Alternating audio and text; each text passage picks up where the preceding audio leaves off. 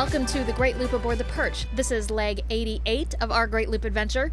I'm Kim Russo with America's Great Loop Cruisers Association, and today we are going from our anchorage at Dog Island just off Apalachicola to Clearwater Beach, which means we're crossing the Gulf of Mexico.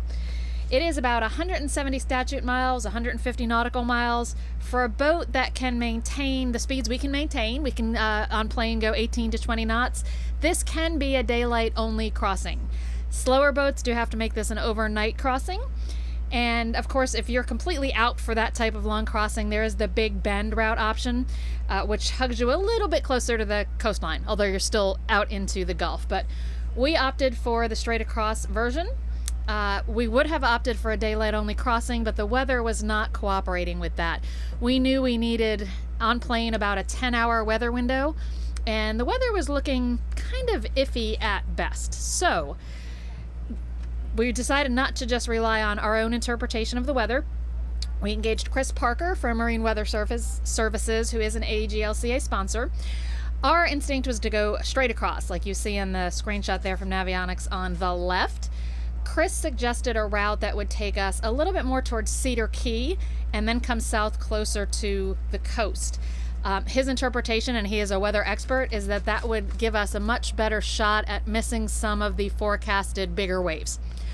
He also suggested a slower speed than we would normally be cruising, and the best weather was overnight. So we made the decision to do the overnight crossing. About half the crew on our boat was in favor of that. I was kind of excited about having that opportunity. Michael, not so much. Our buddy boats were also split about 50-50.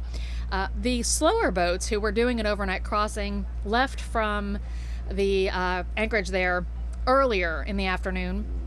We set out about 9 p.m. Central, 10 p.m. Eastern, and made our way across the Gulf. It was magical to be out there overnight. Although it was cloudy, when there were breaks in the clouds, the stars were absolutely astounding. And we saw bioluminescence in some of the sea life there that was just phenomenal. As we started to approach the coastline, as the sun was coming up, here's some video. The waves had certainly picked up by this point, and it was getting pretty uncomfortable to move around the boat, so I don't have a lot of video. That said, this is the first time in conditions like this that I did not get seasick. This was the first time I had found something that actually worked for me in these types of conditions, and that is beween. So if you're somebody who gets seasick like me, check it out. You can see our buddy boats over there. And at this point, when I show you the track at the end, you'll notice that we absolutely picked up speed because we were dealing with uncomfortable conditions, and we decided, let's just get this done. At our slower speeds, it was projected to be, probably close to an 18-hour crossing.